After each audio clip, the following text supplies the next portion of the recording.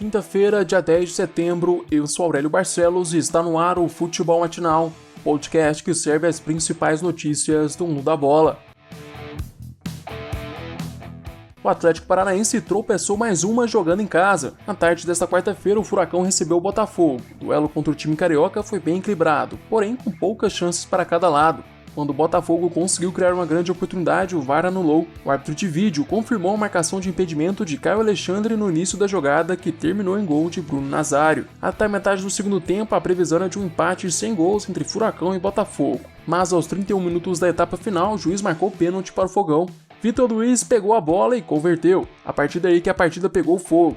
Aos 42 minutos, o Atlético empatou o jogo com um belo gol de Ravanelli. Um minuto depois, o juiz marcou pênalti para o Furacão. Foi a vez de Nicão pegar a bola e ir para a marca da Cal, mas o camisa 11 isolou. Antes do apito final, Giovânio ainda acertou a bola no travessão de Cavalieri. Com o empate, o Botafogo fica na 14ª posição com 9 pontos. Já o Atlético Paranaense fica em 15º com 8 pontos.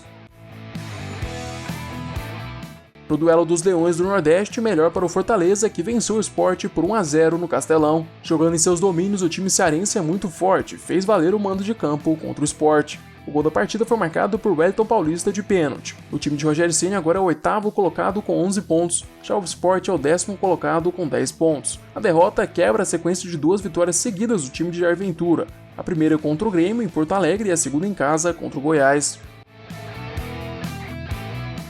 Em Goiânia tivemos um jogo maluco no Serrinha. Goiás e Curitiba fizeram uma partida de 6 gols. Na etapa inicial só deu coxa. Os visitantes abriram o placar com Robson aos 12 minutos. Perto do intervalo, William Matheus ampliou o placar após uma bobeira monstra da defesa esmeraldina. O estreante Edilson tentou recuar de peito para Tadeu. A bola ficou curta e o goleiro deu um soco nela. A bola bateu em William Matheus e foi para o fundo da rede.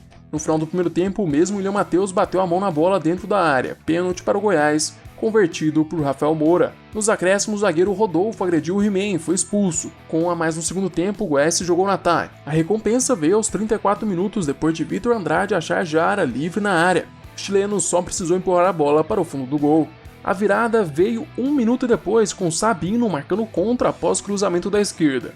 E quando tudo se encaminhava para uma vitória do Esmeraldino, Rafael Vaz colocou a mão na bola dentro da área, pênalti para o Coxa. Sabino pegou a bola e se redimiu do erro na defesa. Placar final, Goiás 3, Coritiba também 3. No Morumbi, o São Paulo ficou apenas no empate contra o Bragantino e perdeu a chance de dormir na liderança. Quem saiu na frente no duelo de ontem foi o Massa Bruta, com gol de Raul aos 8 minutos do segundo tempo. O Red Bull teve uma chance de ampliar com Claudinho de pênalti, mas o camisa 10 desperdiçou a cobrança. Pouco tempo depois, Cleiton saiu muito mal do gol, ficou no meio do caminho e viu Brenner trocar para Luciano livre na entrada da área e colocar a bola no fundo do gol. Aos 45 minutos da etapa final, o Bragantino voltou a ter outro pênalti a seu favor. Desta vez, Arthur bateu, mas o resultado foi o mesmo, nada de gol. Placar final, São Paulo 1, Bragantino também 1. O empate deixa o tricolor paulista em terceiro com 17 pontos. Já o Bragantino vai de mal a pior e ocupa a 18ª posição com apenas 7 pontos. Na reedição da final do Campeonato Carioca de 2020, quem se deu bem foi o Flamengo. Desta vez, o Mengão venceu sem muitas preocupações. O time de Domenech Torrente abriu 2-0 na etapa inicial. O primeiro gol da partida foi de Felipe Luiz. O lateral esquerdo aproveitou um rebote de Muriel e abriu o placar aos 8 minutos de jogo. Se tem Fla-Flu, tem gol do Gabigol. O camisa 9 do Mengão fez o dele aos 34 do primeiro tempo, após uma bola mal cortada por Muriel em falta batida na intermediária. Gabigol dominou livre na área e soltou uma pancada para o fundo do gol. Os times trocaram de lado após o intervalo, mas a partida não mudou. O Flamengo é quem tinha a bola e quem criava as jogadas de perigo. O time de Dome teve várias oportunidades para ampliar o marcador, mas a falta de intensidade do Mengão era nítida. Em alguns momentos, parecia que o Flamengo estava até em um jogo treino. No final da partida, o Fluminense chegou pela bola parada e marcou o gol de honra com o Digão. Resultado final, Flamengo 2, Fluminense 1. De pouco em pouco, o Mengão vai retomando o bom futebol e já é o segundo colocado com os mesmos 17 pontos que o líder internacional. Diferente daquele time de Jorge Jesus, o Mengão é menos elétrico e mais paciente com a bola no pé. Sabe rodar o jogo e abusa da qualidade de Everton Ribeiro e a capacidade de marcar de Gabigol. Porém, em momentos chaves da partida falta intensidade e vontade de buscar o gol. Nos últimos 3 jogos, o tricolor perdeu 2 e empatou apenas 1 contra o Atlético Goianiense no Maracanã. O Flu é o 9º colocado com 11 pontos. Jogando em casa, o Santos venceu o Atlético Mineiro por 3-1. E que jogo recebeu a Vila Belmiro. Em 15 minutos de partida, o Galo já tinha encontrado 2 chances claras de gol e o Peixe quase marcou com o Marinho. Era um duelo muito equilibrado entre 2 times que buscavam o ataque a todo momento. Qualquer detalhe poderia resolver a partida. E aos 16 minutos da primeira etapa, Marinho aproveitou a bobeira da zaga e armou o contra-ataque. Antes de chegar à área, o goleiro Rafael deu um carrinho no camisa 11. Pela intensidade da falta e por ser uma chance clara de gol, Rafael foi expulso. A responsabilidade de segurar o ataque do Santos caiu nas mãos de Victor, o herói da Libertadores do Atlético Mineiro. Só que essa não era a noite dele. Aos 21 minutos, Arthur Gomes passou pelo marcador e chutou fraco, rasteiro, na direção de Victor, mas o goleirão aceitou e tomou um baita frango.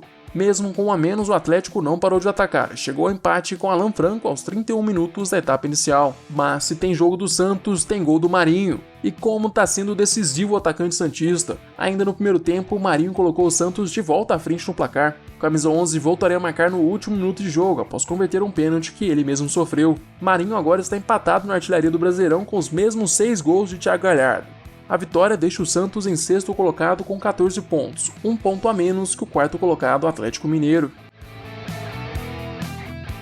Bahia anuncia Mano Menezes. O novo treinador do tricolor baiano vai ter contrato até o fim de 2021. Mano chega exatamente uma semana depois da demissão de Roger Machado. Apesar do anúncio, o técnico não comanda o Bahia hoje contra o Grêmio. Na segunda-feira nós noticiamos aqui que Mano estava perto de fechar com o Bahia, mas um problema pessoal tinha afastado do acerto. O preparador físico que trabalha com ele, Eduardo Silva, sofreu um AVC no sábado, e por isso a negociação chegou a ser interrompida. Com a recuperação do amigo, Mano e Bahia retornaram à negociação e fecharam um acordo.